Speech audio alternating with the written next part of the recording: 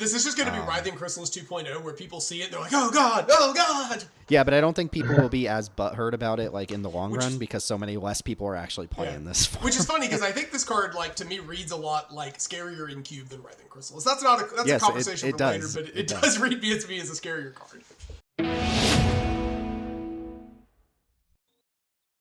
Kick off in 3, 2. Wait. I just want to be a part of it. Hello, friends, and welcome back to the Jank Tank Podcast, episode number 63. My name is Timothy Zaccanino, a.k.a. Jank Diver Tim. I am joined here by Christopher Sofsky and Teld, and we are talking Teenage Mutant Ninja Turtles at a high level, the high power stuff, which is like 4 cards from this set. And you can probably read Chris's enthusiasm.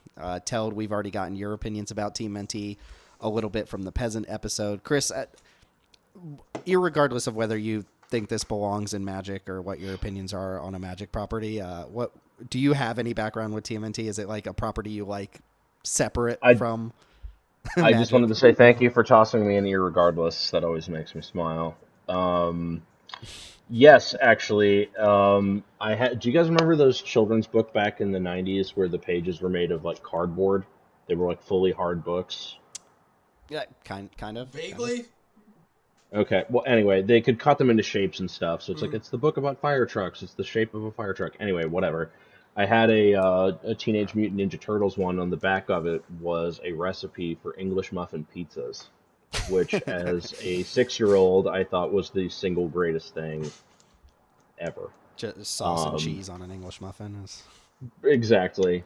You just make it a bagel bite. Yeah, it was pre-Bagel Bites, dude. Back in my day, we had to do it ourselves. Yeah, I don't know. I thought the Teenage Mutant Ninja Turtles were cool when I was a kid. I was not excited to hear... I was hoping we weren't going to get a bunch of Universes Beyond cards that were, like, perfect design fits for our cube environment that were just, like, a picture of, like, 4 turtles eating a slice of gooey pizza. Don't ever come back to the cube. I wasn't planning on it, but yeah. Pezza Cube is nothing but pizzas now. Having did you guys put anchovy banana pizza in the Peasant Cube? Sure did. Absolutely. And guac pizza. Yeah. They're in there. There's a lot of pizza in there. There's like 4 turtles.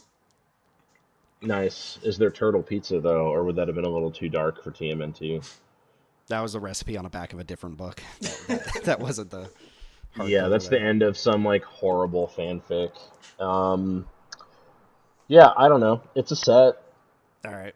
Well, I've tried to sell on some of the individual card designs. I actually have come like way up on where I thought I would be for this set based on the limited format, and some of the card designs I think are really cool. But again, that's the appeal of Cube, is you get to weed out all the stuff that you don't like, which Chris was pretty apt to weed out stuff that had pictures of Michelangelo or Raphael in the art, and you know I can respect that totally. It's just an aesthetics thing for me, you know, not trying to pass that as like some kind of universal judgment, but I think exactly what I said to Tim when we were discussing swaps was it's going to have to be a pretty compelling card for me to want to put a Ninja Turtle next to like Sephiroth in my cube. Sure. Sephiroth gets and luckily it didn't. Funny that we Sephiroth mentioned another Universes Beyond. But you know why this is different. Don't be coy with me. No, I know. They're both katana wielding, silver-haired people. Like, no big deal. Yeah, that turn into the gigantic death angels, and yeah. You haven't seen that TMNT movie? All right, no. So we don't have as much to cover here. It is a small set. There's only 190 cards. There is a 20 card bonus sheet, like another one of those source material bonus sheets, but I think the only new card that wasn't on Arena worth even mentioning was like Sword of Sinew and Blood, the red-black protection sword, and we don't really care about those swords anyway, so we're not going to mention any of the bonus sheet stuff here. Just quick housekeeping stuff. You can find our Discord linked down below wherever you're listening to this, and you can come get in on the discussion yourself if you think we missed something from TMNT. if this is a big skip for you, or if you think this set overperformed expectations, come let us know what you're thinking, especially because this is going to apply to a lot of more universes beyond stuff. Star Trek is going to have to pull a lot of weight at the end of this year to get me on board the same way TMNT Jesus did. Christ, that's right. We're getting another one. We're getting more, dude. We're getting more. What did he say? UB keeps coming and it don't stop coming, I think. Make sure they're going to announce that there's 5 UB sets and only 2 in universe. But we swear we'll get to 3 and 3 the year after. If you're following along on the show notes, you can see some Scryfall links to the full set if you want to follow along. We are framing this as a sort of ins and outs episode, which is how we've been doing these mainline reviews, where we're actually going to talk about the cards that we locked in to bring into the cube, as well as the cards that they're replacing. So there will be some non-TMNT discussion here. And there's also a couple throw-ins that I think are worth mentioning from the set that aren't going to make the cube for various reasons that we'll mention as well. But as far as the actual stuff that's going to come in and out, there's not that much of it. We can blast through mechanics, as we did talk about that on the Peasant episode, and a lot of it doesn't apply here, but class enchantments are back across the cycle of rares. We'll talk about one of those here. Alliance is back from Streets of New Capenna as a main set mechanic. It's the red-white theme of the set, and food tokens are back in, their glorious splendor with pizza face and banana and anchovy pizza and stuff like that. It's the black-green archetype. As far as new stuff goes, there's Sneak, which is the ninjutsu mechanic. It will show up on a card we decided not to play, but it's basically just a different ninjutsu that can show up on non-creatures and has a more restrictive timing window. There's Disappear as well, which is Revolt. I think it's literally the same exact text as Revolt, which is really weird that they made a new mechanic that's just worded different.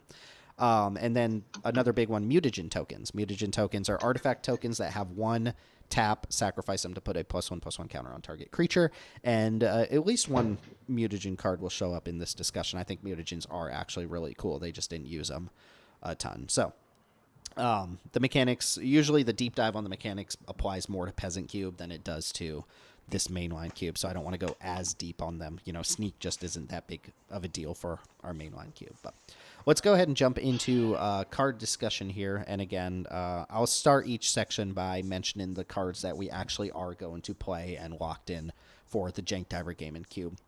The first one being Agent Bishop, Man in Black. This is 2 and a white for a 1/2 legendary human soldier. Beginning of combat on your turn, put a +1 counter on each of up to 2 target creatures. So just to give TMNT a little bit of credit, they did design a lot of very straightforward Magic cards. There's not a lot to discuss here. This is just 3 mana for 3/4 worth of stats if you already have another creature in play, and then you just get 2 extra +1/+1 counters across your board every single combat. Very, very hard for this to go wrong, right? Yeah, was this art from the canceled Secret Lair for the Matrix? Is that Mr. Anderson or whatever, Agent Smith or whatever? Well, yeah. Who the fuck is Agent Bishop in the TMNT story? It's clearly Johnny Black. Johnny Cash fell into a hole and traveled through space time to end up in New York in current year, or it's a Daredevil plotline. Who knows? The flavor text doesn't cue me in on any. He fights interplanetary things. He's literally a Man in Black, like the Men in Black, I guess, in the TMNT universe. I don't know. The TMNT heads out there can fill me in on the lore of Agent Bishop. I'm not going to spend my time looking it up, but this is the standard set brings us new powerful white 3-drops, and this is a powerful white 3-drop. Yeah, I suspect this card could be a little awkward though. There's going to be times where you play this and it gets shocked and you just fall so far behind. You kind of need this to go for 2 turns for it to be really good. I mean, the first you get it one trigger, you're content, but this dies to a lot, and you have to have other board presence already. But I mean, obviously we're testing it. I think it'll be a good card. I just think this is the kind of card that strikes me as very glass cannon-y. Maybe. The card I compare it to is Ornery Tumblewag, which I think is a rock-solid creature. It's a 3-mana 2/2, so it also has that can get shocked, and then you go to combat and it's suddenly out of shock range. This can target itself, so it gets itself out of shock range if you get to go to combat that first turn, which not inconceivable on a 3-drop. And then, I don't know, if it does get bolted or whatever, you still got a +1 counter out of it, so it did the Luminarch Aspirant thing there. Obviously, the ceiling is really, really high and the floor is like high enough that this card is pretty strong. Not compelling, really, not super interesting, but strong enough. And we decided to cut Blade Splicer, which I think we actually just added back in recently. But Blade Splicer's like a come and go style. If we need to fill a 3-drop slot in white, we can always lean on Blade Splicer to be a good card. But it's always there and it's always decent. Yeah, that's kind of the deal with that. And we're not running. Not that you need to be able to blink Blade Splicer for it to be good, but we're also not running Ephemerate, which is a card that, like, even if you're not doing Flicker synergy stuff, is, I think, also always just kind of like a fine card to have in your white section. Mm-hmm. I think the upside on Agent Bishop is obviously much higher. Occasionally, you're going to play Agent Bishop onto an empty board, and it's going to feel really bad. But I think the upside is there, and I think what we've kind of seen in White's journey in our own cube, at least, is that making a bunch of bodies and making those bodies larger is kind of the two things that it's always good to be doing in like white creature decks. Mm-hmm. Yeah, the Structure is the kind of card I probably won't play very much, but somebody you'll die to it. I'll die. You'll lose to it. Yeah. I suspect it'll be around for a little while. I don't think it's quite as strong as like Suki is for those white decks, but it has a pretty high ceiling. This card looks kind of embarrassing next to Suki, actually. I don't know. This is good, right? Like Thraben Inspector to any 2-drop into this, like a typical white curve like that. That's just really strong. I mean, I think this will be I do think this will be solid, and like the thing that like we've learned from, and I know Luminarch Aspirant is not like the slam dunker that it used to be, but what Luminarch Aspirant taught us is that being able to add size pre-combat, it can have an immediate impact because your opponent's conception of what you were going to be able to attack with next turn turned out to not be the situation. Mighty Mutanimals, which we would not have talked about if this card wasn't talked about as much for the retail limited format, I don't think. Mighty Mutanimals is 2 white for a 2/1 Mutant Rebel. It's an uncommon, which we gushed about this a little for Peasant Cube. I think Danelius has to take an L on this one personally, but when it enters, you create a 2/2 red mutant creature token, and it has Alliance. Whenever another creature you control enters, put a +1 counter on target creature you control, which obviously triggers off of the mutant coming into play. So already you're getting 5/4 stats for 4 mana, and then every creature, not even non-token, just dumps another +1/+1 counter somewhere.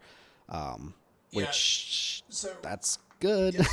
One of the things that I think makes this an interesting card to talk about in the jump from Peasant to this set is like, obviously the demand on an expensive creature is a lot higher in the more powerful environment, but also your ability to generate additional like engine-y bodies is a good bit higher in the more powerful environment. There's a lot more ways to do that. Like cards like Judar do that every single turn, guaranteed, right? Bitter Bloombearer. Yeah, Bitter Bloombearer. There's a lot more cards that just like, all right, every turn, put a dude into play. Yep. So this card, and the output on this card, I think the neat thing for it is like, you're going to play it, and then you're probably going to... I think in the mainline set, you're almost always, and maybe this is correct to just the card in general, is you're almost always going to put the counter on something other than this card, and then you've generated like 3/3 worth of extra stats, and your opponent still is obligated to kill it.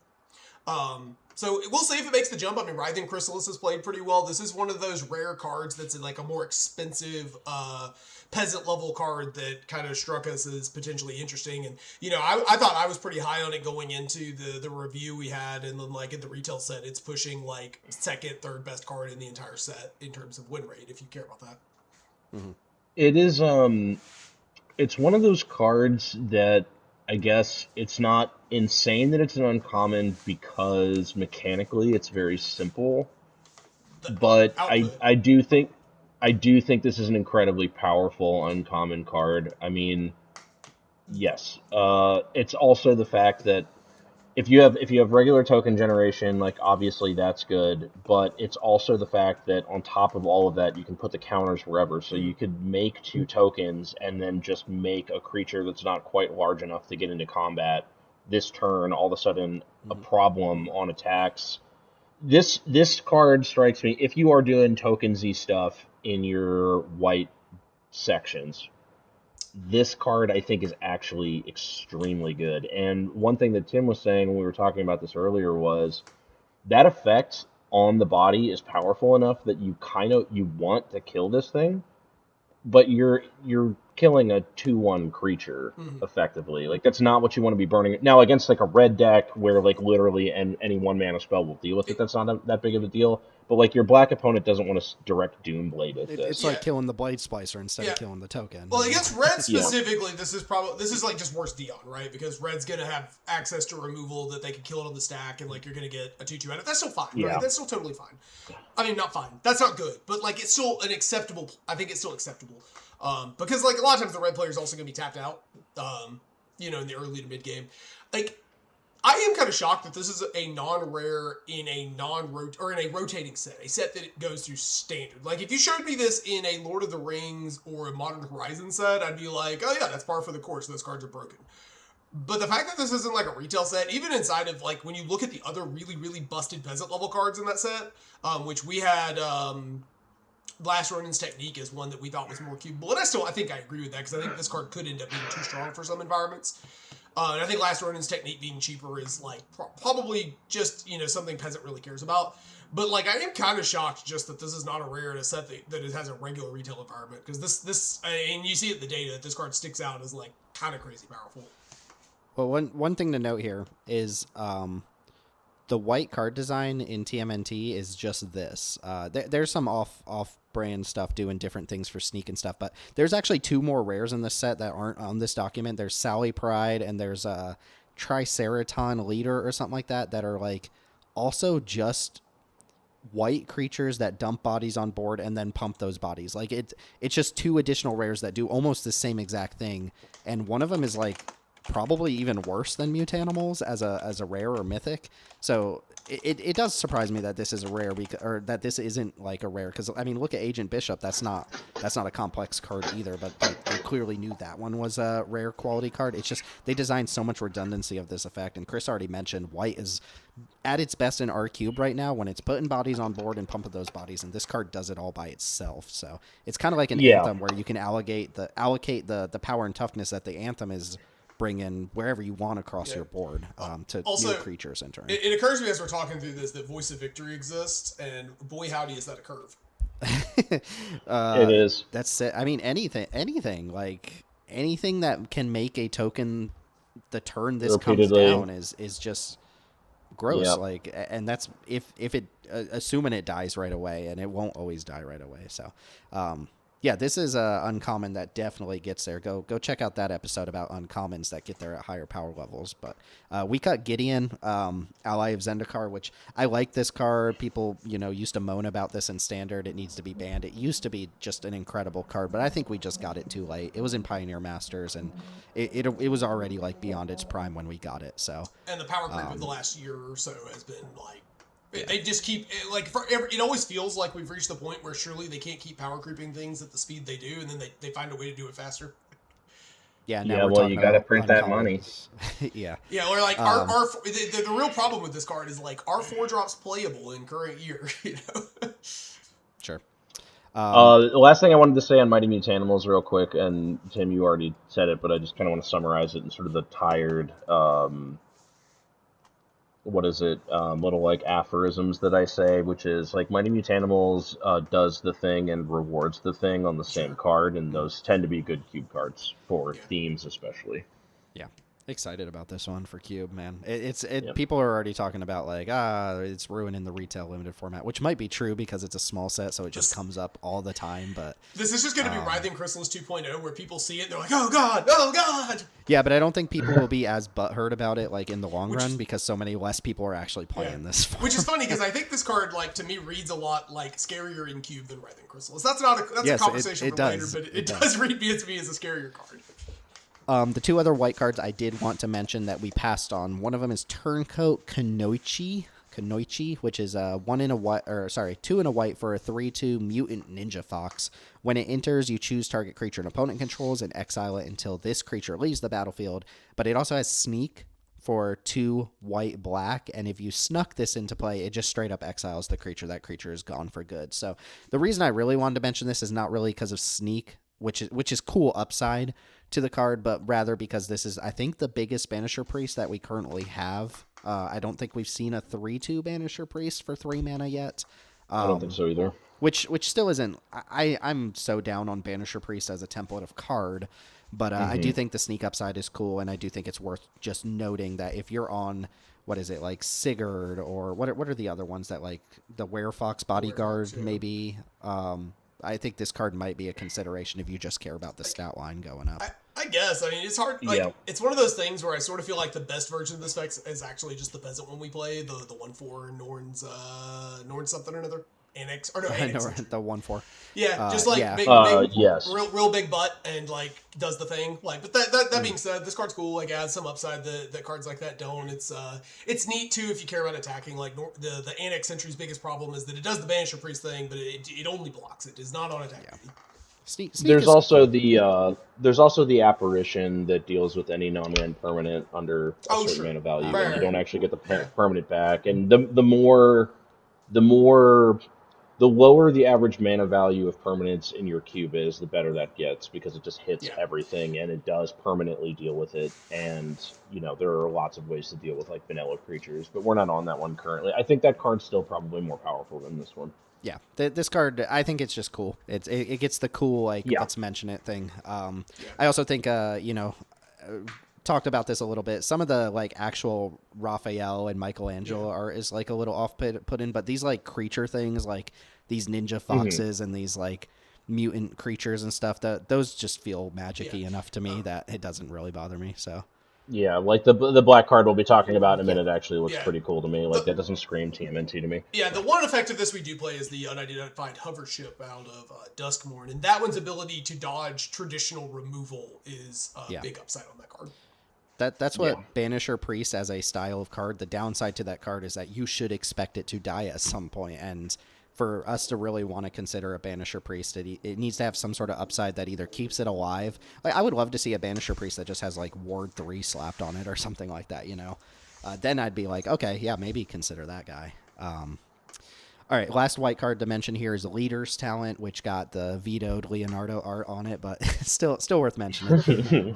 This falls into the category I mentioned earlier of it's a fine card, but it's not interesting enough that I just want something this. Sure.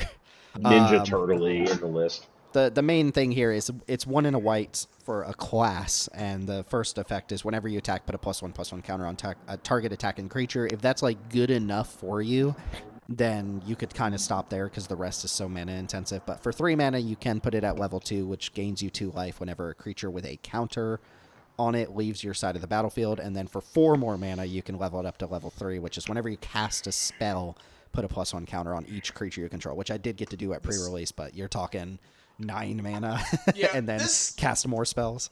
Yeah. This just generally reads to me as like bad Rangers class, which it's all bad Rangers class could still be playable, but I just don't think this quite gets there. Yeah. Rangers class spots you the creature to pick up the +1 counters. So, and also, if you end up getting in a long protracted game, Ranger class also turns into an unbounded draw engine, which is like pretty substantial upside in the rare cases you're going to want to level that up. Okay, let's go on to blue here. Okay, and then let's go on to black. On to black. Yeah. There's literal 0 blue cards in this set that I was like even like trying to like I was like, let me get 1 in there so we can talk about blue cards. There's nothing. It's how are we feeling about our sneak draw spell with like the worst, like third worst card in the set data or whatever? People are bad at sneaking. I played that. I trophied with that card yesterday and it was great. So I don't know. All right, fair enough. Okay, black does have 2 cards worth mentioning. The one we are going to play, which I'm actually pretty excited about, is Super Shredder. My inability to read caused me to be pretty low on this card, but after you pointed out what it actually does, it is much better. It does everything you want it to. It's 1 in a black for a 1/1 menace. It's a legendary mutant ninja human. It's called Super Shredder. I don't think you said that. Did I not say Super Shredder? Oh, if I didn't, the name is Super Shredder, which is kind of cool to say. Menace kind of goes hard too. 2 mana 1/1 menace. This has alternate arts that are pretty sick too. If you look those up, they're worth looking up. They're really cool. Whenever another permanent leaves the battlefield, put a +1/+1 counter on Super Shredder, and that's any permanent, and that's any side of the battlefield. If something is taken off the battlefield, Shredder gets big quick. Yeah. And my experience playing this, the one time I had it in limited, is you just trade off all your other crap, and then Super Shredder's like a 5/5 menace after like 2 creatures trade in combat, and that's not counting you sack treasure, you sack food. People sack a fetch. If someone sacks a fetch land, like this gets bigger. So. Yep. Tim, I really it just want gets big. to. I really want to play this with the Avatar Wrath, the one that like banishes all your opponent's creatures. Airbend everything else out of play. Or like in Commander, like overload a Cyclonic Rift with this and just put like 30 counters on it. Yeah, this will just straight up murder. Speaking of, just aside here, a little rules thing that nobody knew about because of this card. In Commander, I'm sorry to do the Commander thing. In Commander, if an opponent dies, their permanents leave the battlefield. all of they pick up all their cards and they leave the battlefield. Really? Yeah, awesome. which is, I don't think there's any other card that's ever triggered off of that happening like this has. So if you kill an opponent, Super Shredder gets like 30 counters from all of their permanents, That's like being awesome. picked Oh up my off the god, battlefield. that's pretty awesome actually. Which I do is like that. really, really interesting. But yeah, I think this card is just eminently cubable. Bad top deck, whatever. But even as a top deck, sometimes you just jam you jam your stupid Lord Skitter tokens in, and it's like, take the damage or grow my Shredder. Lose for you. So there's a lot. It kind of feels like, having played it, that this sort of does what we wanted Moonshadow to do, which in our environment didn't play out very well because we don't run fetches. And I feel like this is the kind of card that, like, obviously Blood Artist will create, which is the card that we're swapping for. I don't know if we mentioned that. It does have spots where Blood Artist, I'm sure, will be better going to the Dome, but I think just in general, you play Super Shredder on like turn 2, you play Jadar, or play Jadar on turn 2, and then you play Super Shredder. It'll be really solid. Just, the combat math gets really awkward with it. You can like pump it with a removal spell in combat. There's just a lot of flexibility here while doing kind of a similar thing. Yeah. I think so. Teld has been off Blood Artist for like a pretty long time, and I'm a big Blood Artist stan. But one thing that's kind of become apparent is, like, first of all, like the non-Blood Artists that we're playing are better than Blood Artists. I think Vran is better than Blood Artists generally. Apprentice. Apprentice is almost definitely better, and by better, like, I mean, I can hear someone in the distance being like, "But what if you have 16 creatures to sacrifice at the same time and combo in?" And it's like, yeah, Play Cube. Try when you play Cube first. when you play, like, people said the same thing about Zulaport Cutthroat versus Vran, and the reality is that, like, that's just not really how these decks play out. When you have a ton of experience and you get a bunch of reps with your cube, it tends to be more like onesie, twosie, grindy trades, where Blood Artist is still fine. But I think the reason we landed on Blood Artist is Super Shredder. It's not really a direct analog, but it does trigger off of anything that happens on either side of the battlefield, and being on a menace creature, that will be converted into damage, most likely. It can be removed once it gets large, obviously. It's not like a perfect analog to Blood Artist, but the other thing about a card like Super Shredder is, like, I don't think Blood Artist is a card that you just want to put in your black aggressive deck that doesn't have sacrifice outlets, because it literally does not have stats. I think it can still do okay there, but I will happily put Super Shredder into a small ball, hyper aggressive, sometimes suicide attacking, black aggressive deck that isn't really trying to leverage like sacrifice synergies. Yeah, can I interest you in the curve of Kamado faces Kakazan into Super Shredder, into transform and exile and flip your Kamado faces Kakazan? So Super Shredder gets a counter when Kamado flips. Yeah, it gets a counter when we cast it, and then it gets another one when the Kamado triggers. This thing triggers off sagas going to the graveyard from either side of the battlefield. Like, it's just going to trigger a lot off of stuff. Your opponent's gonna play like Prismatic Vista and then get confused, like, what surprise Pikachu face when it gets a counter the first time. Mm-hmm. Triggers off your opponent cracking fetches. Triggers off your opponent cracking anything. You Doomblade in your opponent's creatures. working not only with tokens but also your opponent's cards, just so much more flexible. Like, that was the problem with Descend and Moonshadow and all these kind of cards that require a creature card or a card to go to the graveyard. It is that, like, it just really restricts the kind of cards that you can synergize with, whereas this just Find something to do. You'll find something to do with this, I think. I want to be high on this because I feel like it does not take very much for this to be like a 3/3 menace for 2 mana or better, which is we liked what was the 2/2 menace that we played for a while that every time it hit you it got a +1 counter? Ayara's Oathsworn. Yeah, that one. Which is a solid card. Yeah, we like that card just fine. And this strikes me as a card that is both more interesting because it's synergistic and like there's stuff you can do to enable it, but also just like way more powerful, way better scaling. Yeah. And it's I a 2-drop. I expect it to be solid. If it does get big and your opponent picks it off, like you invested 2 mana into it, you know. And unlike the Oathsworn, this is also not necessarily a terrible top deck. Like obviously it's a bad top deck in really, really attrition-y game states where you just ran out of cards. But if you're in a spot where you're still grinding with your opponent and you're just in like a protracted game, you top deck Super Shredder, you attack, you like put a couple of counters on it, and now it's like a reasonable creature. Yeah, and not to mention the fact that like relative to something like a Blood Artist, right? I mean, a 1/1 menace for 2 is really bad. I think a 2/2 menace for 2, if that's as big as it gets, is also bad. Once it gets up to 3, now we're talking, right? It's one trade, one but creature trade. But the one trade, the thing about menace creatures is, unlike Blood Artist, where if you play it and then you don't really have like a good follow up for it, Super Shredder having menace. There are going to be situations where you're on the play where maybe your opponent plays their first creature on turn 2, and this is just going to be able to chip 1 even if it hasn't grown yet. Mm-hmm.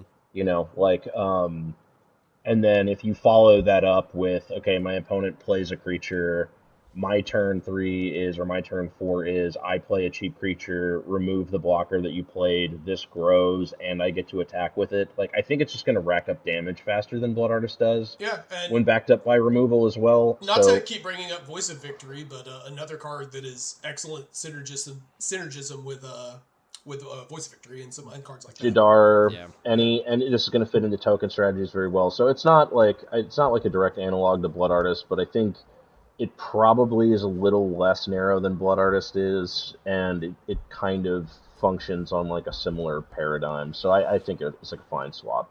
Yeah, Rabble Master, just send that token to its deck. I mean, there's things leave the battlefield.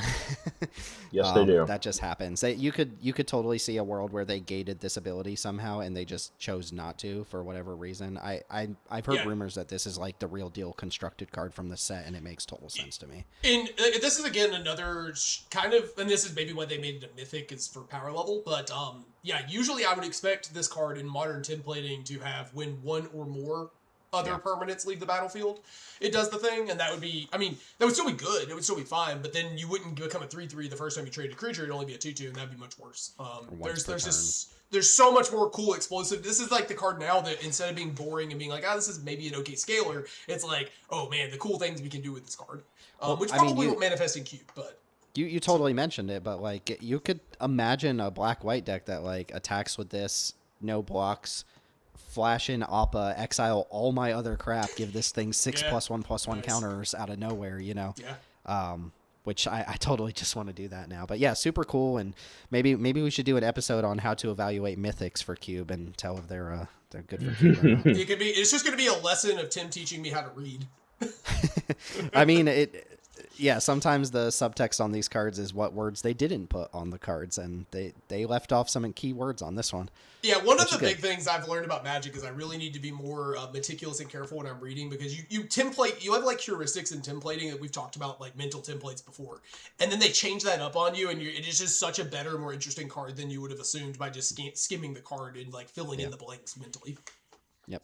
I've encountered this card twice in Limited. I soloed people with it, and then I got soloed by it, and that was my experience with it. So, all right, are you guys ready to talk about Elminster's filthy rat-obsessed brother, Verminster? Oh yeah, nice. I was like, "Where's he going with this?" It's the Verminister. There's a second eye there. Never mind. Speaking of teaching Teld to read the card, starting with the name of the card. Rat King the Verminister. I guess TMNT just has a Rat King overlord, like underworld crime boss or something. Yeah. I don't know anything about TMNT if that wasn't clear, but 1 in a black for a 1/1 legendary rat avatar. I guess. It has a disappear ability. At the beginning of your end step, if a permanent left the battlefield under your control this turn, create a 1/1 black rat creature token and put a +1/+1 counter on a Rat King.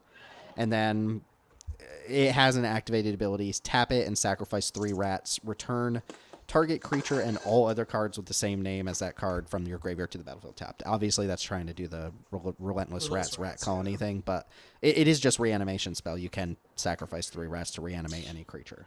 Instant speed as well. Instant speed. This is a rat as well. I didn't realize this. I know I just read it. I didn't realize this was also a rat. That's interesting. So that means if you triggered it twice, you could cash it in for a reanimation. No, because it has to target something in the graveyard, but it would just trade. You could just sacrifice it plus 2 rats that it made to reanimate a creature, basically. Yeah, so I'm saying you can sack itself, yeah. Yeah, oh, sorry, I thought you meant get itself back. No. Yeah. Yeah, this card is more like what I was talking about with Super Shredder a minute ago, of what I would expect, which is this is gated to 1 rat per turn if you do the thing. Yeah.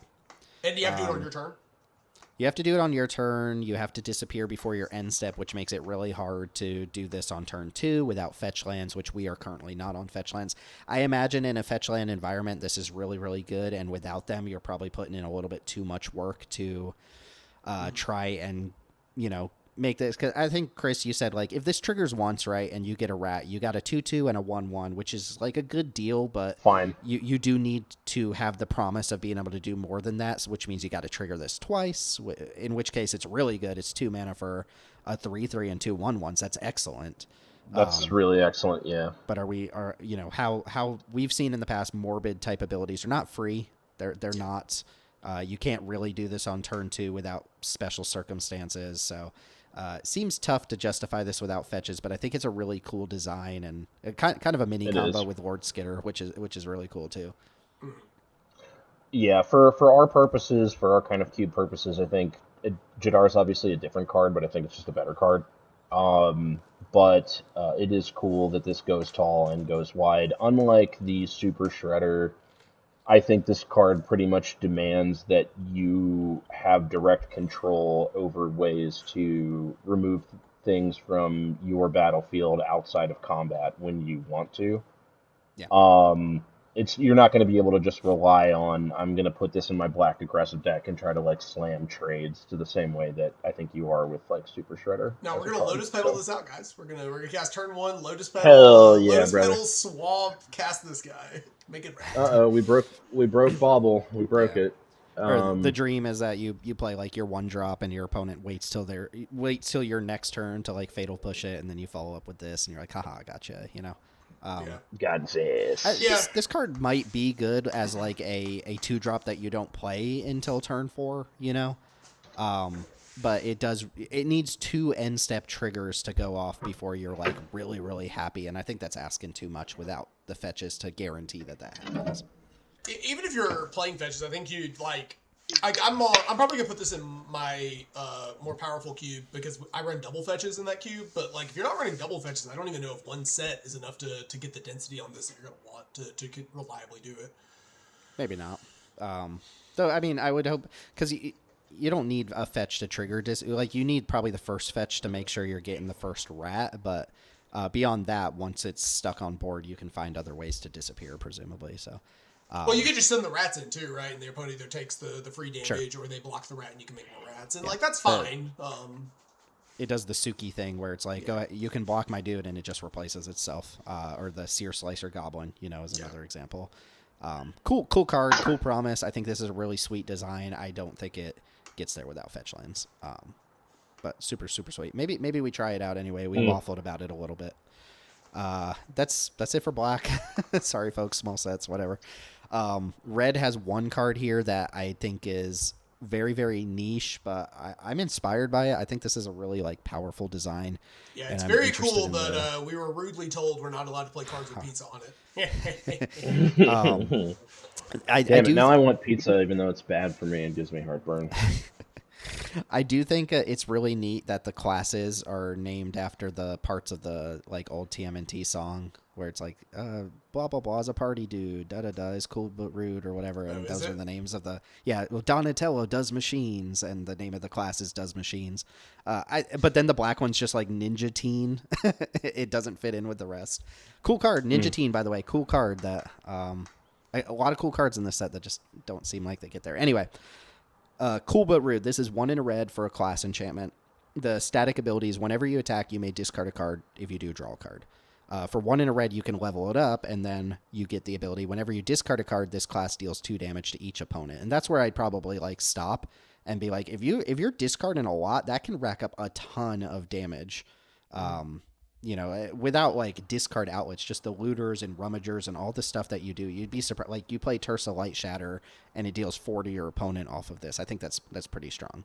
Of course, the dream is wheel gaming.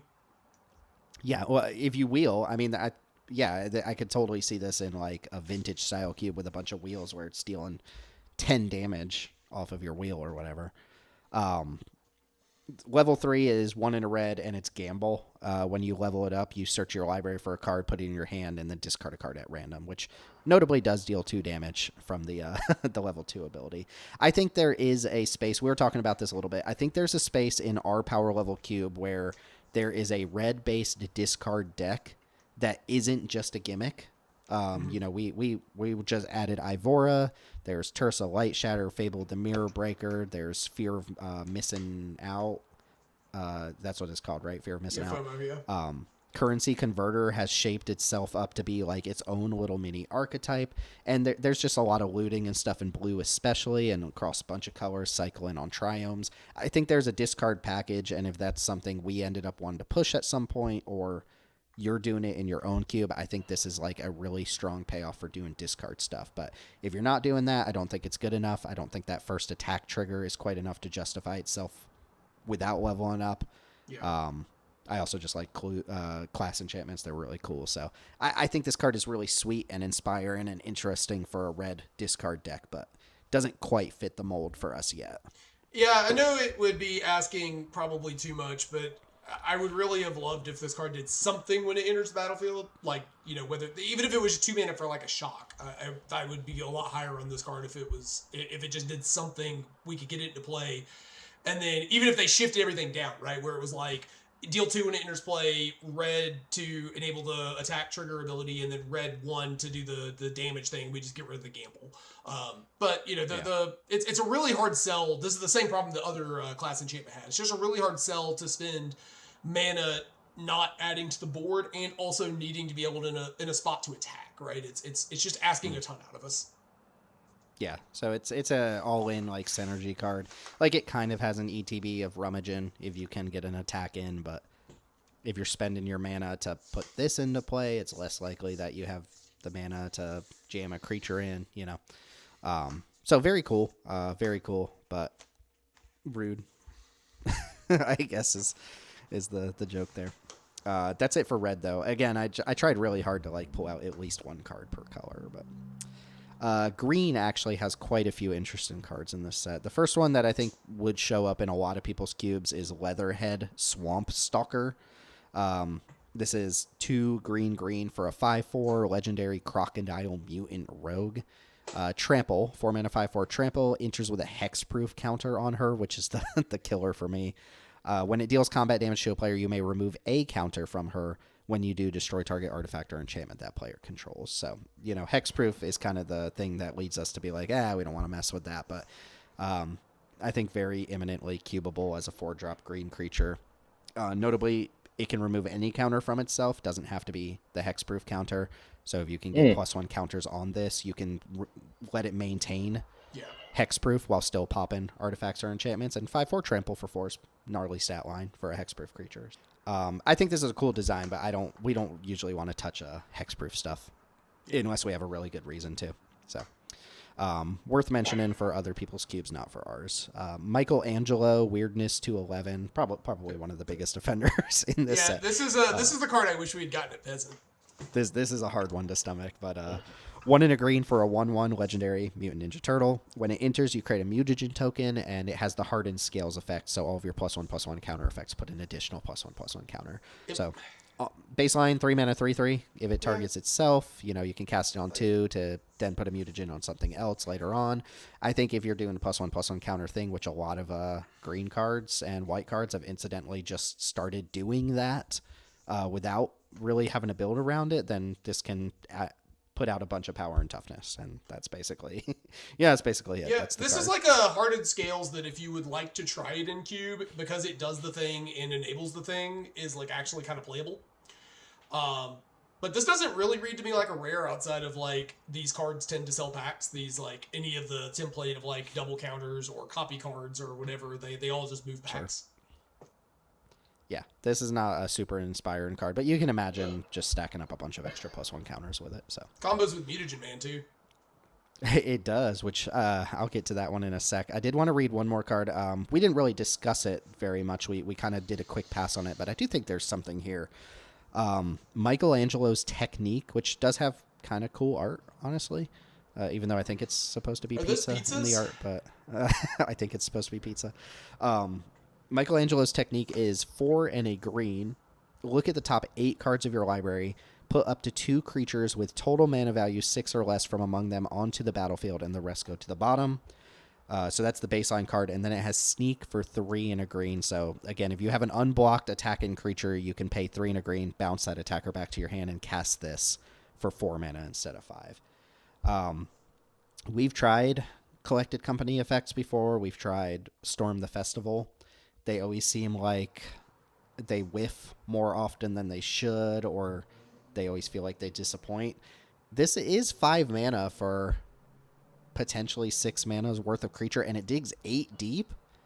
So it feels like they put the numbers on there to make this like hit what you would want to hit more often than not. I'm kind of ignoring Sneak here, but I guess if you that's just upside on top of what I'd consider like a playable, interesting green effect. Like you sometimes put a 6-drop into play, sometimes you put 2 3 drops into play, Yeah. sometimes you whiff. It's like kind of a Green Sun Zenith that can miss, but also could high roll. I don't know. This card's fine. Like it is, like you said, it does dig deep. It has some flexibility to it, but I don't know. These cards just don't do it for me. Yeah, I think it's fair. I think it falls in interesting, but yeah, I think there's probably like something powerful here. If it's a 5 mana spell that puts a 6-drop into play, that's good. If it's a 5 mana spell that puts 2 3/3s into play, it's good. But it doesn't. It's not always going to do either of those things. And I don't really know how are we doing Sneak and green, like attacking with our Birds of Paradise or something. Yeah. So you're not like bouncing Quest and Beast back to do this, right? You're just taking a huge mana hit to do that. So I don't know. I thought it was interesting, worth bringing up as a cheaty face kind of card. The last green card is one that I am excited for. I think this is one of the better cards in the set. It's Mutagen Man, Living Ooze. Mutagen Man. Mutagen Man. X green for a 2/3 legendary Ooze mutant as trample. When it enters, it makes X mutagen tokens, and your activated abilities of artifact tokens cost 1 less to activate. So you can crack those mutagens for free, essentially. 2 mana 2/3 baseline. For every additional mana you dump into it, you basically get a +1/+1 counter, which you can distribute wherever you want. Worth noting that this could die in response, and then you actually have to pay mana for those mutagens, but if it doesn't, you just basically want to crack all the mutagens right away so that you guarantee getting them for free. And yeah, it's stats, but you can modulate where the stats go. This can enable like some really big attacks out of nowhere potentially, kind of like hasty +1/+1 counters. I think this is a really cool card, and it has that what's it, the Goose Mother, or the Goose Mother. It has that thing where if you need to run it out as a 2 mana 2/3, like you can do that as well. Yeah. Yeah, it kind of reminds me of Verdurous Gearhulk, but with a flexible cost. And one of the things that I like about that is, to Tim's point, sometimes you're on the draw and you're against a highly aggressive deck, and you just want to play out a 2/3 blocker that's going to trade for something. And then on the alternative side, if you're playing a big green deck, obviously there is an infinite quantity of mana you could conceivably sink into it. So it just seems solid to me. I like this design. Yeah, I I think don't think mutagens there's. are cool. I think one of the cooler things with it is we're currently on Brigid, and Brigid has the green flip side of making mana equal to the number of creatures you control. So that could be like a way to slip a Gaia's Cradle effect into your deck and make a really really large number of cards or of mutagens. Brigid. I don't know. Card. Brigid has looked, I think, pretty solid so far too, for what it's worth. Glad to hear it. I didn't. Oh, and did we mention what we swapped out for No, this I card? was Because it just might about be a to little ask you. controversial. Oh, is it? Should I go pull up the image? Yeah. We cut hip shaking lady. He's been around a little while, but Which is awkward because this card would party's actually be over. excellent with it would be an innate, like a good thing, but that involves you untapping with that card too, which is like good luck. Yeah, Nissa Who Shakes the World, War of the Spark baddie is out of the cube and honestly has stuck around for probably a little bit too long. Chris, do you remember the old Deep Dive podcast? We did an episode that was the Power 9 of Arena, and I put Nissa Who Shakes the World on my list of the best I don't cards. remember that, but I mean, it was up there. It really was up there once upon a time. I think one of the things that's been kind of unkind to Nissa is turning your lands into creatures makes them vulnerable, which used to be less of a big deal because there is more efficient removal than there has ever been. And in addition to that, 3/3s are not as big as they used to be. So it feels like turning your lands into the creatures feel more fragile. Turning your lands into the creatures that your lands become feel more fragile than they used to, and I think to me that's part of the problem. Yeah, the other thing, I mean, we've mentioned this before, but the biggest competition for this card, the reason it kind of gets pushed out, is how good Vivian Monsters Advocate has been in our environment, and I think part of that is the move away from like very large spells. We don't really run a lot of big ramp targets at the moment. I mean, Mutagen Man would have been one that we added that could work with it. But, there's only a handful of ways to spend a large amount of mana in the cube. It's better to be efficient generally. Vivian works better in kind of the rocky, Jund style decks where you're just playing a bunch of removal spells and you're just looking to have something that's going to generate a lot of value. If you're behind You're just on minusing it to cast Prosper and tutor up Squee. Yeah, like there's combo lines, right? Where if you like untap with Vivian, you get to do this really incredible thing. Whereas Nissa requires you to have a bunch of things to spend mana on. Vivian just requires you to have like 1/4 in your hand in order to get that. And if you don't have that, Vivian also gives you card draw, right? And so all of these things just kind of line up that Nissa just demands a lot of things out of you that are not currently in vogue in our cube. And I don't know if they're ever coming back. Like I don't think we're ever going to be on 8 mana Planeswalkers again. Probably not. I think, to me, these days, like where Nissa would probably, and I'm saying this in theory, right, because I haven't played Nissa in a while, but where it would probably shine the most would be in some kind of 3-color blue-green deck where you can spend the mana on card advantage and whatever you're drawing that turn, like every turn. But I think the consensus among the player base is that Nissa is not what it used to be as well, right? Mm-hmm. It's not just us. I mean, I think it holds out in Arena Powered Cube, but it's one of the lesser cards that, people are always like, I'll put Nissa in my deck, but I didn't get Minsk and Boo or whatever, Yeah, like This card used to be one of the top green picks you could take, and I think at this point you see it pretty commonly in sideboards. It's not like a guarantee always in sideboard card, but it's definitely a card that does not make your deck every single time. So Nissa's out for classic Magic the Gathering character Mutagen Man. Mutagen Man. Just overwriting Magic history here. Unfortunate, but it is what it is. Gold cards. There's 3 gold cards to mention here, and then a colorless card, which we're only actually going to play one of these right now, but I think worth mentioning the others. The one we did decide to, or the one I should say we pressured Chris into letting us play is Northwind Avatar. There's just dragons in TMNT. Like, come on. 2 blue, red for a 5/5 Dragon Spirit Avatar with flying. When it enters, if you cast it, you may put a card you own from outside the game into your hand. So gets to wish for a card in your sideboard, which is not an effect. I don't know. Fae of Wishes might be the only card with this effect that we've ever really played, and I don't know how much that part actually mattered. Wishin', I think, is very, very cool in Cube because it not only lets you like get redundancy pieces from your sideboard, like you'll have an extra burn spell, an extra counter spell, an extra threat in your sideboard, and when you play this, you can pull whichever one you need for the current game state. But you can also do these really interesting things where you might take a couple off-color cards and a piece of fixin' or two, and if things line up, you can grab the off-color splash card without having to put it in your deck and like risk drawing it without the thing. So you can imagine a blue-red deck that has like a Blood Crypt and maybe another black-red land or black-blue land, and you put like Kefka in your sideboard because it's not really like a pivotal part of your strategy. And then you draw this, and you just so happen to have the Blood Crypt, and it's like, okay, well, I'll go grab Kefka now and put it in my hand, and I have this great follow-up. But I didn't have to risk drawing the Kefka in a deck that can't really cast it reliably. So I think that's where I'm really interested is the off-color stuff. But you described it, Teld, as like a mini Demonic Tutor, like a really narrow Demonic Tutor where if you have some of your redundant 24th, 25th, 26th playables in your sideboard, this comes down and just, yoinks whichever one you need while, a 5-mana 5/5 flyer is like totally respectable as well.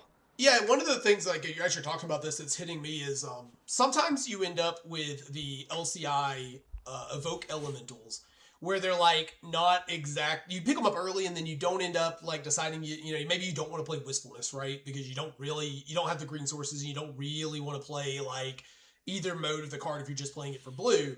But if you can, in the mid-game, just go grab that Wistfulness because you want to surge a card advantage, like, you put a 5/5 into play, and then you've got a big 5/5 for next turn, suddenly, like, your Izzet deck is capable of outputting a bunch of, like, big, meaty creatures. And, like, it remains to be seen if this card's actually good, because, like, 5 mana for a sorcery speed effect that doesn't help you until next turn probably is, like, a lot to ask.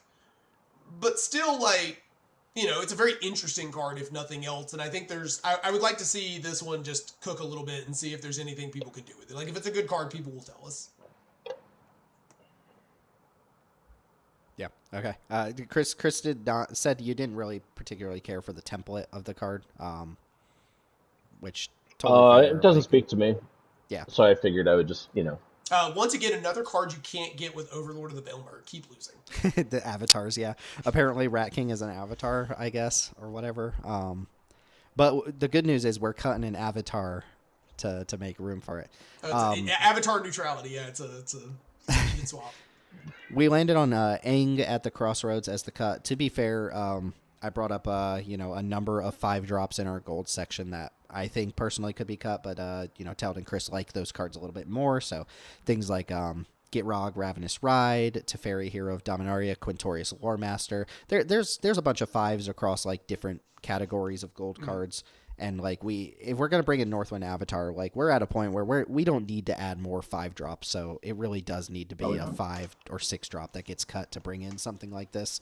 And they like the other cards more, so Aang, despite Trophy and recently and being a card that people have kind of gone for, here and there, it's a 3-color card that doesn't get played every single time. Yeah. So it's also awkward because like you kind of have to work to make Aang happen because the general configuration, at least my general view of the way Bant usually plays out in our cube, is this very creature light tempo deck where you're playing like, a handful of evasive creatures and ways to pump and protect them, and you're playing kind of this really annoying disruptive deck, as opposed to like this card which wants you to play probably dorks and a bunch of creatures. There's other people who play that Bant space a little bit differently, and maybe they're a little more favorable for cards like that. But when your game plan is to resolve a Malcolm and a Plumecrete Escort and kill your opponent that way, like it doesn't really do very much. Yeah, it's true. Our last Bant trophy was playing 3 5-drops and was more of like a mid-range deck. But yeah, to your point, it's not going to go in like every single Bant deck. If it's only going in like certain configurations of Bant decks, then it's probably not something that needs desperately to be kept. Yeah. So we'll try out the Avatar. It could be just clunky 5-drop. It's not exactly on plan for Izzet either, so there's another knock against it as well. But I heard some rumors about it. It seems like a cool effect, and I think Wishes personally are very interesting. So we'll try it out and we'll see how it goes. Boros card here. One really annoying thing that I think they went overboard on TMNT is they made a team up of every possible combination of the turtles. So you have like 8 cards that are like Raph and Leo, Leo and Don, Don and Raph, and it's just like, okay, well, which one's which? On top of a vertical cycle of like 3 of each of the individual turtles. 4, yeah. Four, one for each rarity. Yeah, so, yeah, like, that's all in like a 200 card set too. So like there's like what 30 cards reserved for just there's like eight Michelangelos and a 190 card set or whatever. Yeah. But whatever. Raph and Leo sibling rivals. This is a hybrid card. They're doing hybrid way more lately, which I've kind of liked. This is 1 Boros, 3 mana total for a 2/4 legendary. Whenever Raph and Leo attack, if it's the first combat phase of the turn, untap 1 or 2 target attacking creatures, and after this phase, there's an additional combat phase. So, unless I'm wrong, I mean, Combat Celebrant comes to mind, but that card is kind of sucky. This is like the most hands-off extra combat spell I think we've ever had, without making you like jump through hoops. Obviously, it doesn't like untap your whole board and let you attack with everything again, but it does let you attack with 2 creatures twice each turn. Itself plus another creature, if nothing else. So if you are interested in extra combats, or you're just pushing like aggressive decks and Boros as much as possible, I don't think this asks very much of you and has a pretty high ceiling. 3 mana 2/4 is a nice stat line for a creature that wants to attack as well. So yeah, totally fine. Little of a mixed bag on this one. I think the ask here is that we're playing a 3 mana card that does not have any keywords, does not have any ETB or protection, which is not an automatic. The same way it would be for a 4-drop. It's not an automatic L. But that is an ask. The second ask is we have to be able to attack, right? We have to be able to be in a position where our attacks are at least decent, or else this card doesn't do anything. But it's hybrid, it's flexible, the ceiling is there, like, it's a neat card because we don't get a lot of extra combats that aren't just like these mass, big untap everything type combats. So I think this card is probably okay, and I suspect a lot of times it's going to be a little awkward, and then sometimes it's going to feel incredible. I think the variance on this card is going to be really high, but it's not like a polarizing type card in the sense of like matchup polarity necessarily, just like a card that's going to have some really high highs and some really low lows. And one of the kind of like hidden aspects of any 3-drop gold card is that it's like, it might be perfectly fine in your Boros deck or your red deck or whatever, but it is competing with all the mono-colored 3-drops that you could be playing as well, and those are usually pretty strong too. So yeah, especially Boros. Boros has some of the best. Like, Boros 3s are incredible. White 3s are, they're incredibly contested. I suspect this is going to end up getting left out a lot just because it doesn't guarantee value, and it doesn't do anything if you're behind. It's not like a Enduring Innocence where it can kind of grind out opponents or anything like that. But this is kind of the opposite. If you're willing to do it, if you're willing to go out if your mana is good, it is kind of the opposite of a gold card in the sense that you can play it in like 7 color pairs. Now, whether you're going to or not is a different question, like mana and all that. But like, this is not on a 3-drop. It's like not exactly a Boros card, but also probably is. It's like, because you kind of need to resolve this on 3, so maybe it is just a Boros card. And it is a colorless card for Boros, which is nice. The color pair that traditionally has problem with double-colored pips and its mana costs. This reminds me a little bit of like clones, where it's like they might make a really good clone, but we don't really have a need for clones, and there's nothing intentional we're trying to do. We've never been like, man, I really wish they'd give us a good extra combat card or a good clone or something. So it's not like it's replacing something 1-for-1 and power creeping out a version of this effect we already had. I just think it's good enough if you care about this sort of thing. So we ended up passing on it, but yeah, this is the kind of card too where I think you're really, if you're going to play this, I would like to see like Enduring Courage, I think is the name of it, the one that gives like +2 and haste. Yeah, some sort of haste enabler would be really nice here. Even something like Rabbit Battery could be okay, just to like make sure we're going to be able to get this trigger the turn we play it. But if you could do that, that's pretty cool. So. Pretty strong with haste, obviously. But what is it? The arena, the MH3 arena. Oh yeah, pump MH3 this arena. thing out, pump out another creature. Yeah, sure. Last turtle here is Raph and Mikey Troublemakers. This one's 7 mana, so 5 Gruul for a 7/7 trample haste. When it attacks, you reveal cards from the top of your library until you reveal a creature and put that creature on the battlefield tapped and attacking as well. No restriction, you put a Llanowar Elves into play attacking. You hit Kogla and Yadaro, or you hit Llanowar Elves. You roll the dice on that one. Yeah. This is kind of an interesting card in that it's almost the anti Kogla and Yadaro, where like Kogla and Yadaro is really hard to cast, but is an absolute ball buster when it resolves most of the time. It's the kind of card that like will sometimes kill your opponent, sometimes just stabilize your board. Really flexible, but hard to cast. This card's really easy to cast in the decks that are remotely interested in it, but also I excuse me, I know my luck. I'm flipping an ignoble hierarchy to play and attacking with it. That's going to be my hit. Yeah. And that's the problem is it's competing with Kogla and Yadaro, which has just proven itself to be a good 7-drop in Gruul. So it's not like we need another 7-drop in Gruul. And B, it has the thing that Chris hates, where it's like got the Blood Brady elf thing of this might hit another 6-drop or might hit a Llanowar Elves. You don't know. Just attack and figure out what it hits. You just don't know. Yeah. So I think this is clearly like a good enough top end beater for a Gruul deck, but has competition, and it's really rolling the dice a little bit. So I get you could theoretically play no other creatures but a Blightsteel Colossus in your deck, and this will always hit a Blightsteel Colossus. But always hit a Doomblade when you play it? Yeah, maybe there's some fun consideration that this could be played in like a mono green deck or a mono red deck, but I don't. That's kind of stretching a little bit for the mono green. I could see just as like, all right, we're gonna flip this into play and like spin, RNGs to spin the wheel, but mono red, like get out of here. But that's the deck that has all the the dorks and stuff, so it's a little rough there. Okay, last card color. Oh, sorry, go ahead. I was gonna say, if you wanted to enable this card, and this would be an awful lot of work to enable a random card out of this set, but you could replace most of those like cheaper dorks with the enchantments that do the same thing, and then it'll breeze past these and hit your actual like good cards. Utopia Sprawls instead of Llanowar Elves. Which honestly is, I don't know, that's usually better anyway, I think, but just not enough. Not a lot of them. Like I think on the client we only have Utopia Sprawl, right? We don't even have the other one. Wild Growth. Yeah.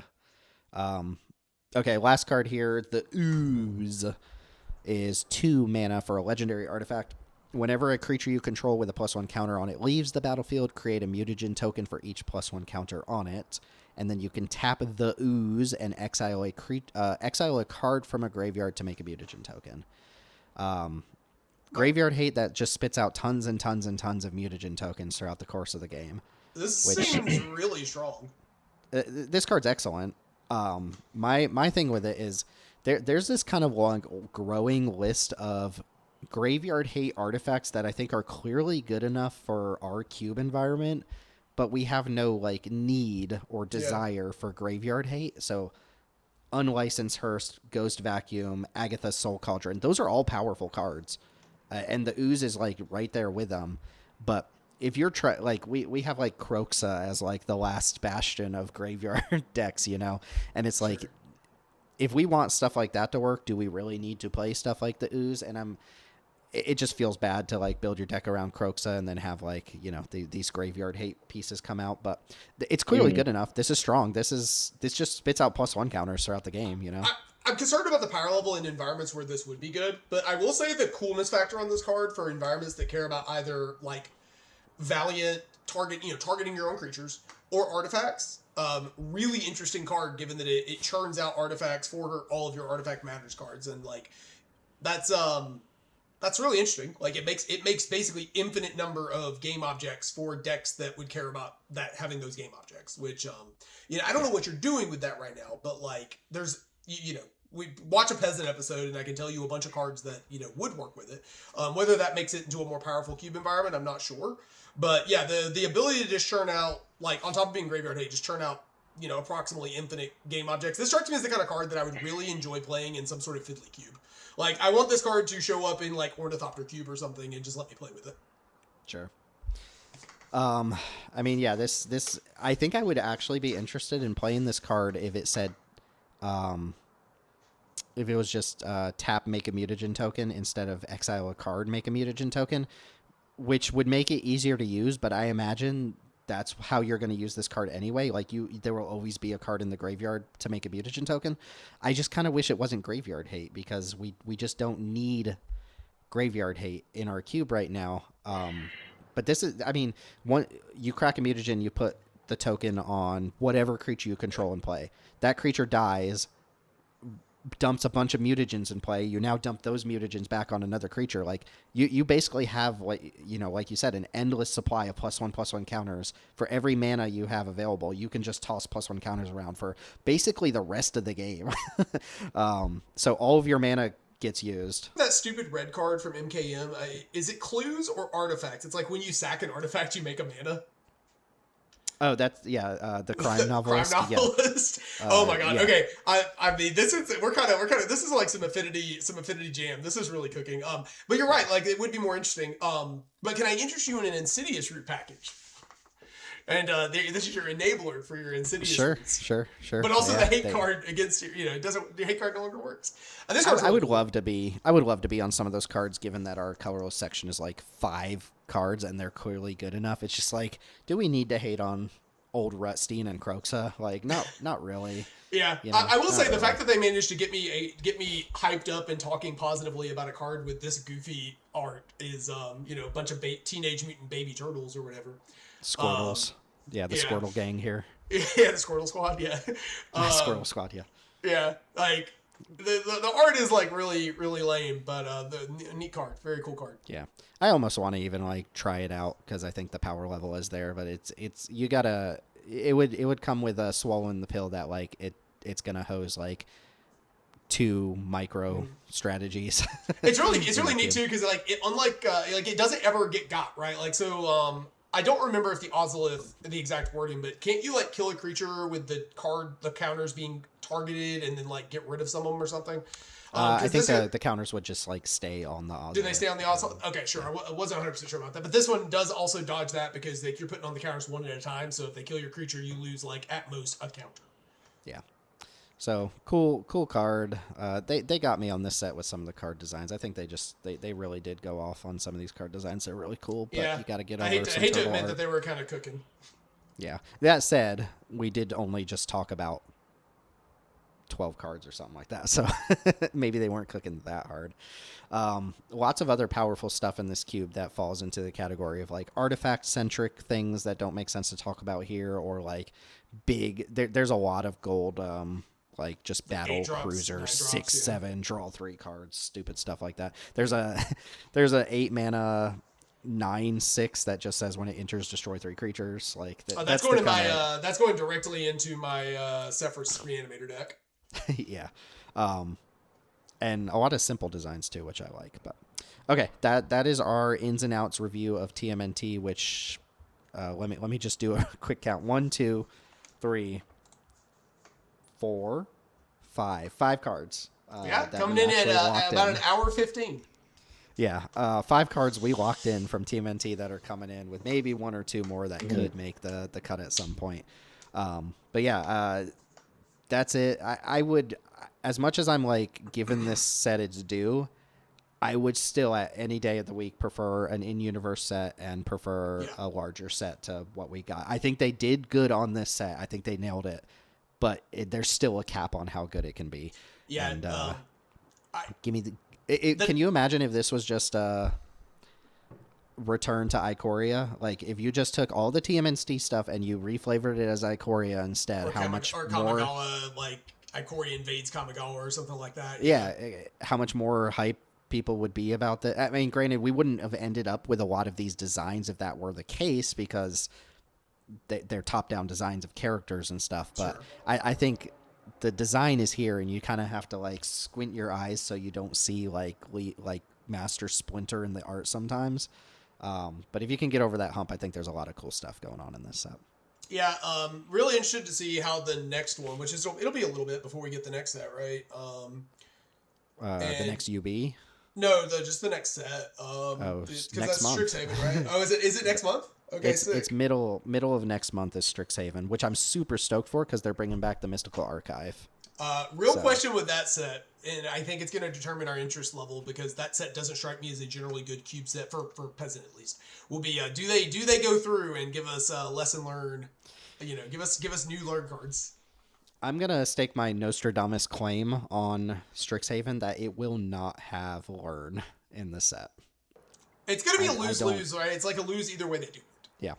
I think given how strong the lessons are, they maybe accounted for that and decided to not do learn, or it'll be a variant of learn that works differently than how we used it back in old Strixhaven. But yeah, or they'll just say, forget about it, we're just doing it. Yeah, just give you, learn all you want. Yeah. Chris, we have I converted you on any of any TMNT love here? I think that there's some interesting designs in this set. It's just not my mainest of jams. Sure. Okay. Well, we'll get you back hyped up for Strixhaven. I'll eventually get this episode edited, but keep in mind that Slay the Spire 2 did enter my life, so I'm in a pretty committed relationship right now.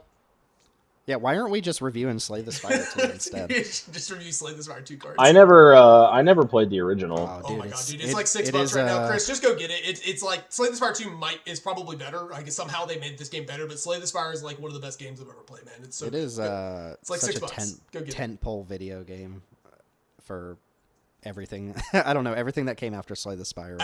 I can almost assure you will enjoy it, Chris. It's Okay.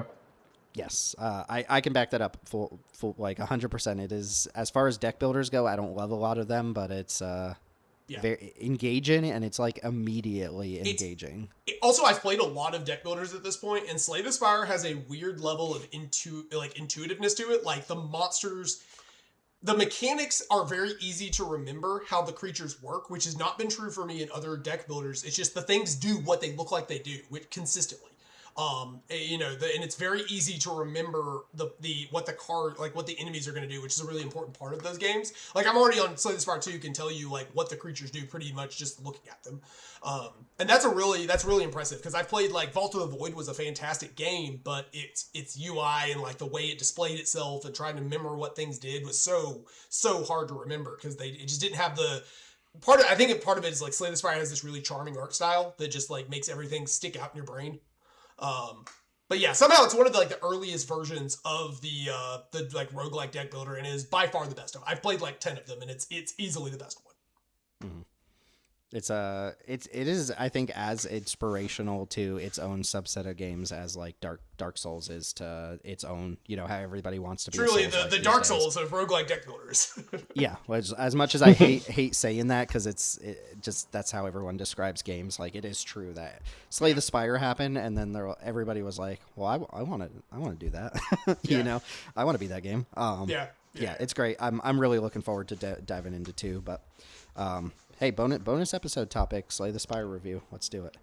That's going to go ahead and do it for the TMNT review, the ins and outs episodes here. I hope you enjoyed the coverage of this set. I know TMNT is not everybody's jam, but if I can add a tiny little bit of positivity to, the overwhelming negativeness that surrounds this set, I think they did great on the limited format and the individual card design, even if I still would rather have this be an in-universe set any day of the week. So, congrats, I guess, to WotC. Unfortunately, the takeaway there is going to be make more of this, not less of this, but whatever. I can't keep getting away with it. If they insist on making this many Universes Beyond sets, the least they can do is still apply their normal design principles to them, and I think they did. So I'll give it a little bit of praise. Not too much praise. It's not a top 10 or anything like that, but it's solid. As far as we go, you can find us in the Discord links down below, and you can come talk to us about TMNT. You can come try out our cube. Let us know what you think of the new cards or anything that we might have missed or anything we're overrating. And you can find us on YouTube at Jank Gaming, and you can find Teld streaming on twitch.tv/Teld Talks. Also think Teld might have posted a Slay the Spire video on YouTube the other day. I did. I posted my first run. Super sweet. So that's going to go ahead and do it. Thanks for hanging out, everybody. And we'll see you for a real Magic set in about a month. Right on. All right. Do we have any sign-offs or anything? No, quick, tiny announcement. Not really a sign off. I meant to do it up front, but I did want to just let people know, anybody who's still listening, that I will be going to MagicCon Las Vegas in May. I believe it's I want to say it's like May 1st through May 3rd or something. I have been approved for a press coverage badge for Draft Sim, which All right. means I'll be I'll be talking to a lot of people there, and hopefully spending some amount of time engaging with some designers and people and writing articles and whatnot. But I will definitely also have a little bit of time to play at the event. And I think what I really want to do is Mark Rosewater is debuting a new game that he created, non Magic the Gathering game that he's been developing for like 10 plus years. People seem to think it's this thing called Mood Swings that he's talked about, which he describes as like a commercial trade-in card game based around emotions, like emotions fighting each other, which to me sounds interesting enough that I if I can be one of the first people to play it, I'll definitely go try it out. But I can't wait for the Tier 0 depression deck to take over the game. Cast depression, hit you with depression. That's all to say, if there are any lovely Jank Tank listeners out there and you want to come see me or say hi or whatever, let me know, and I'll find time in Vegas to come find somebody, or rather ask you to come find me. I'm not coming to you, actually. You can come to me. But yeah, that's going to be super cool. Does mean I probably almost assuredly will not be hitting up CubeCon this year yet again, but that is on the docket. One of these years I'll get out to CubeCon. But yeah, would like to go, but I would really like to be a big Jank Diver trip if we do, get as many of us out there as we can. It'll happen. It'll happen eventually. I think the Vegas for my job is fortunately and unfortunately my priority. So, yeah, come find me in Vegas, and hopefully that'll be a good time.